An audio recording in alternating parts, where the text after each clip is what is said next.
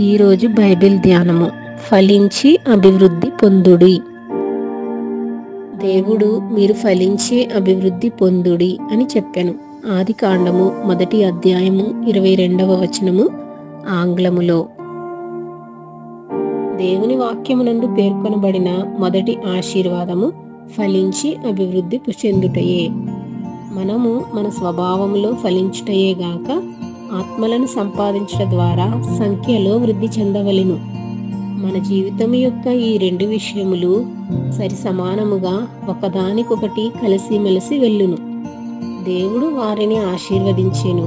ఆదికాండము 1వ అధ్యాయము 28వ వచనము అని రెండవదిగా పేర్కొనబడిన విషయము కూడా ఇదే సత్యమును సూచించుచున్నది. నశించిపోవు ఆత్మలను రక్షించవలెనన్న కాంక్ష నీకు లేకపోతే నీవు దేవుని రాజ్యము కొరకు ఆత్మలను వృద్ధి చేయని ఎడల నేను ఒక గొప్ప పరిశుద్ధుడను అని చెప్పుకొనుటలో ఏమి ప్రయోజనము లేదు.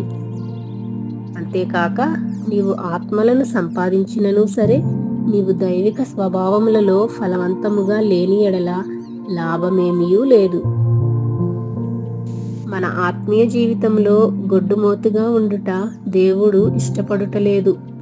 ఆయన మనలను ఆత్మ సంబంధమైన ప్రతి ఆశీర్వాదములతో ఆశీర్వదించి ఫలించి అభివృద్ధి పొందుడి అని మనతో చెప్పుచున్నాడు. మనము ఆత్మఫలమైన ప్రేమ, సంతోషము, సమాధానము, దీర్ఘశాంతము, దయాళుత్వము, మంచితనము, విశ్వాసము, సాత్వికము, ఆశా నిగ్రహము అను వాటితో నింపబడి ఇతరులు కూడా ఈ దైవిక స్వభావములలో ఎదుగుటకు సహాయము చేయుదుముగాక. యోసేపు ఫలించెడి కొమ్మ, దాని రెమ్మలు గోడ మీదికి ఎక్కి వ్యాపించును అని చదువుచున్నాము.